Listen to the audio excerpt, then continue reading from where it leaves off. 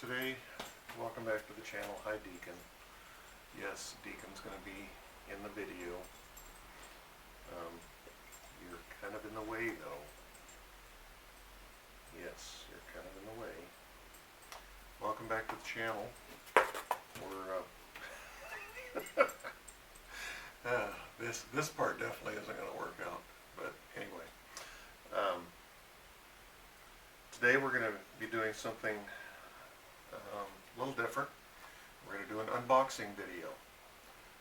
I don't know how many people like those, but we'll find out. If you do, please like and share, subscribe, all that good stuff. The reason we haven't done any type of unboxing video before is most of my stuff is used, and I don't buy a whole lot of brand new stuff. There will be some parts that will be, but for the most part it's we're trying to refurbish what's already here on the car.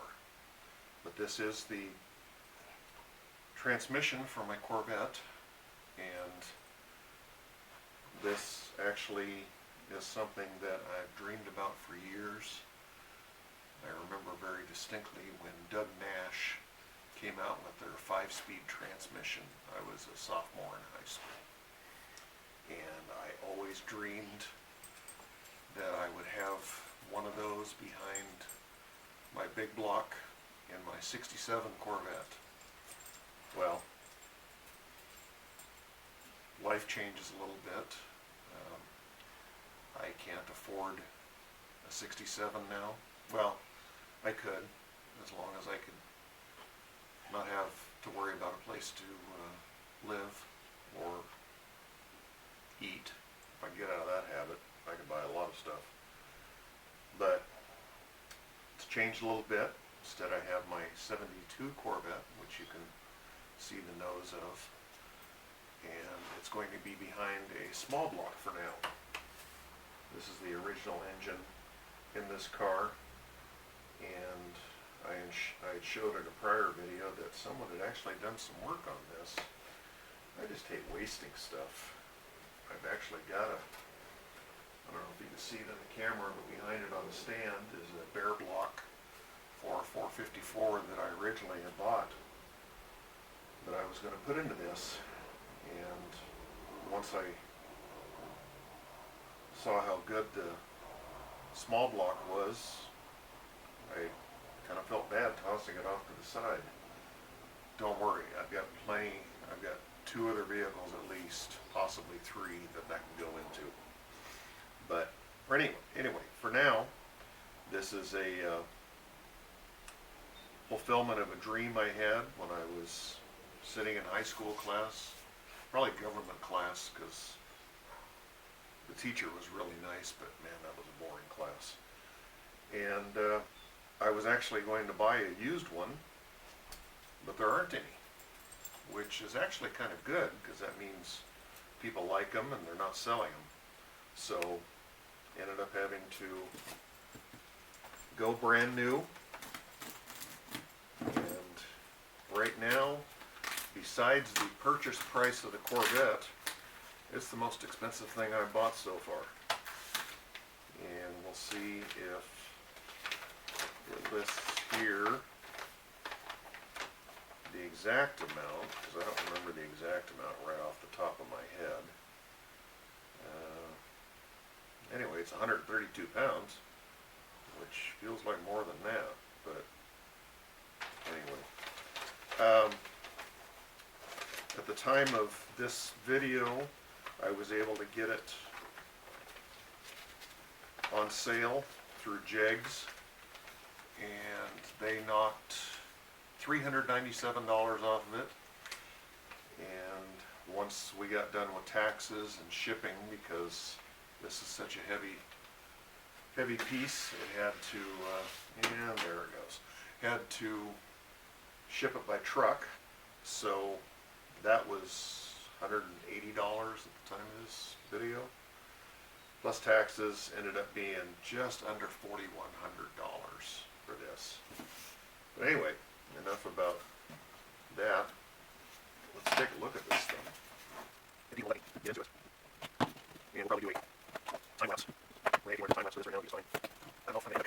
away or lay out. So we'll see.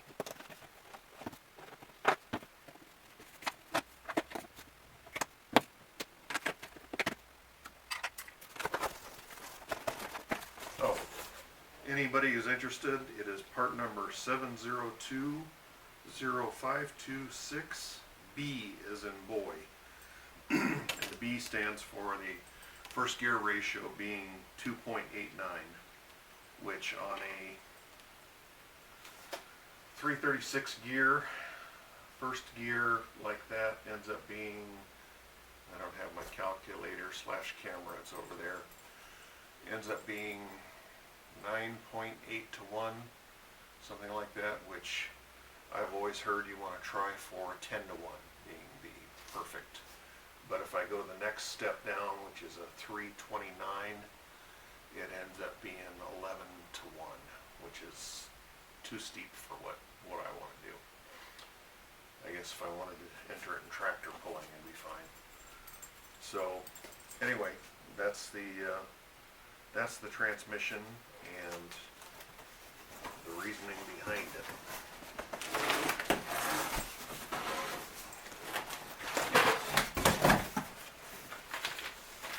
Okay. I have no idea what any of this stuff is. Oh, cool. Okay, got a drink cozy. Stickers. I don't know if any of you guys are into stickers. Ooh. And yeah, this is being shipped without oil. The recommended oil, and the owner's manual, which I don't know if you can see that. I'll give the camera a minute to focus on it, but it gives you all installation. Okay. Ooh, I was afraid of that. Okay, it does recommend that you align the bell housing, which I didn't do because I had done some research, and this is the type of front bearing that is on this is also the same type that's on the Muncies and the T10s, and it's the ball type in a cage. The newer transmissions are a conical, more like a wheel bearing, and they get preloaded. This type does not get preloaded. Through my research, I was told that it didn't need to have the alignment on the bell housing be quite so critical, but it looks like here in the instructions it does. Thankfully, I haven't put it in the car, so I can still do that. Quite frankly, I was hoping I could get away with not doing it. That'll probably be another video. But since they have it right in their paperwork, that's probably what I'm going to end up doing.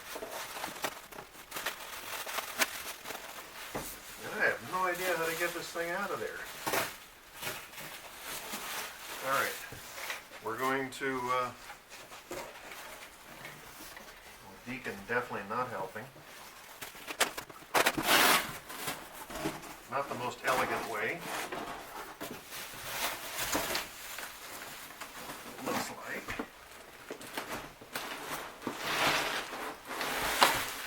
Wow. I feel like an archaeologist at a museum unwrapping a mummy. Okay, we're going to get the box out of the way. We'll figure out what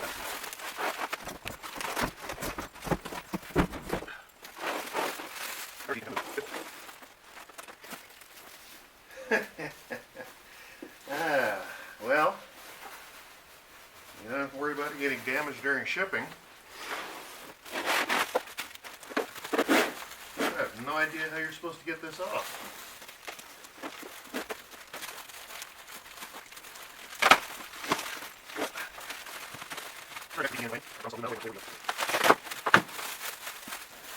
Wow. Okay. This is definitely in there.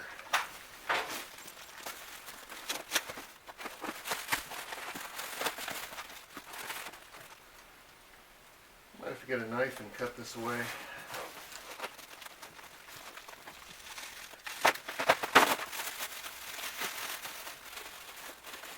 You can't really see, but this is the bottom of the transmission. I can see the mount. Okay, well, get it on its side.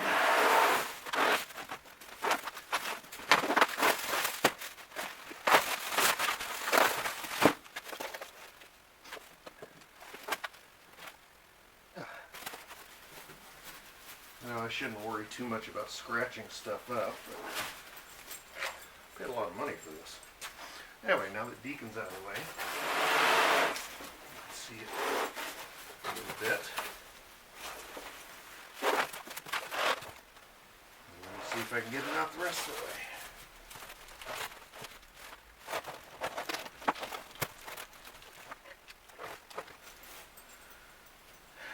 It's going to make a great time lapse. Yes, you're a good boy. Hey.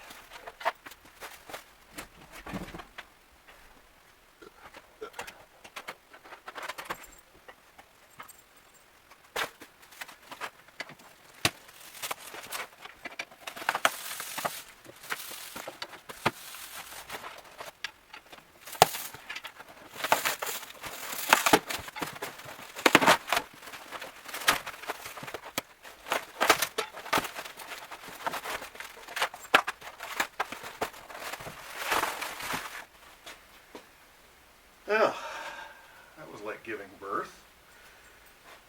Literally. Okay, I'll get to it. Unhook this one. I'll unhook the camera here in just a minute and give you a good close-up shot.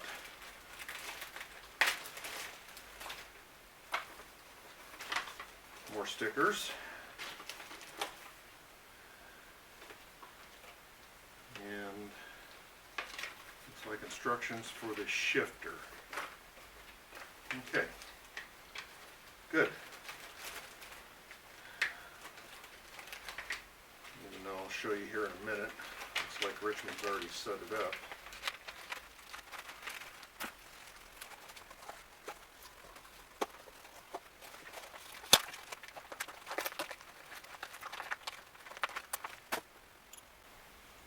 My guess is this is the jam nut for the shifter ball. Loosely put that on there.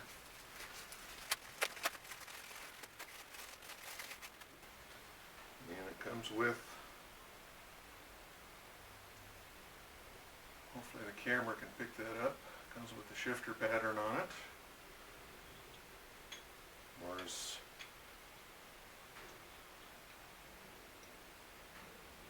yeah, okay, so it looks like it fits right in here like this, and it's a really short shifter lever, which, since it's going in a Corvette, that's good. I didn't realize this shifter was so tall though. Wow. Okay. Supposedly this is a bolt-in, or close to a bolt-in for a C3 from the research I've done. Okay, since Deacon's out of the way, maybe I can show you real quick. You see it's got the 26 spline, so you'll need to do the later model clutch, and also it's got a 32 spline for the output, and that matches up to a Turbo 400, Muncie, Borg-Warner, and here comes Deacon again. Okay, well, I will put this on its side so I can show you a few details, then flip it over.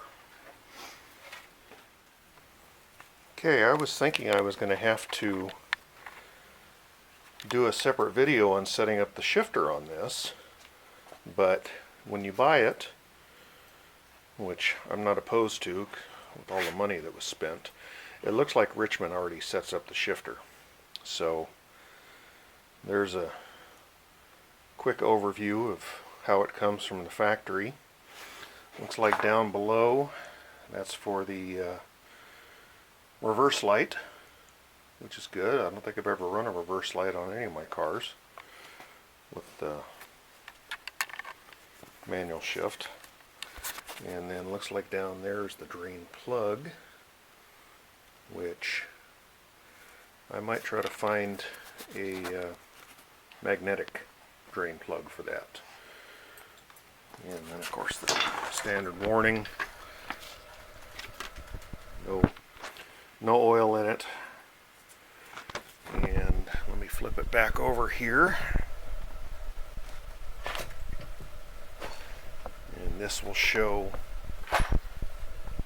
looks like over here, you got the identifier, Richmond overdrive. And then looks like we've got the top plug for fill, which according to the instructions, you're supposed to fill it up till it comes out approximately 2 quarts. And then looks like this is the actual drain plug, so I don't know what the other one is.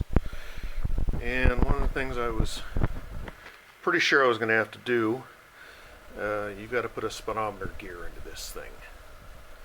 And from what I remember, it uses the T10 or the Muncie gear, and you have to buy I think they call it the bullet, but you have to buy the holder for the gear, and then there's a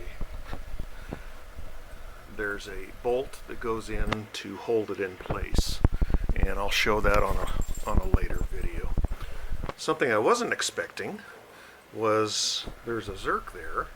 Looks like they give you the opportunity to grease the rear bushing, which is a good thing. I don't remember any factory transmission coming with that, so of course I've dealt with all the old stuff. And looks like it's got the standard bolt patterns for most bell housings, and I would love to bolt this up to my other one, but I am missing the clutch fork for the throwout bearing. And if any of you guys know your C3 stuff, it is a special one. So we're waiting on that, and once that comes in, I can bolt this together and get it in the car. Anyway, that'll be on another video, and thank you for watching and indulging an old man and reminiscing over his teenage years.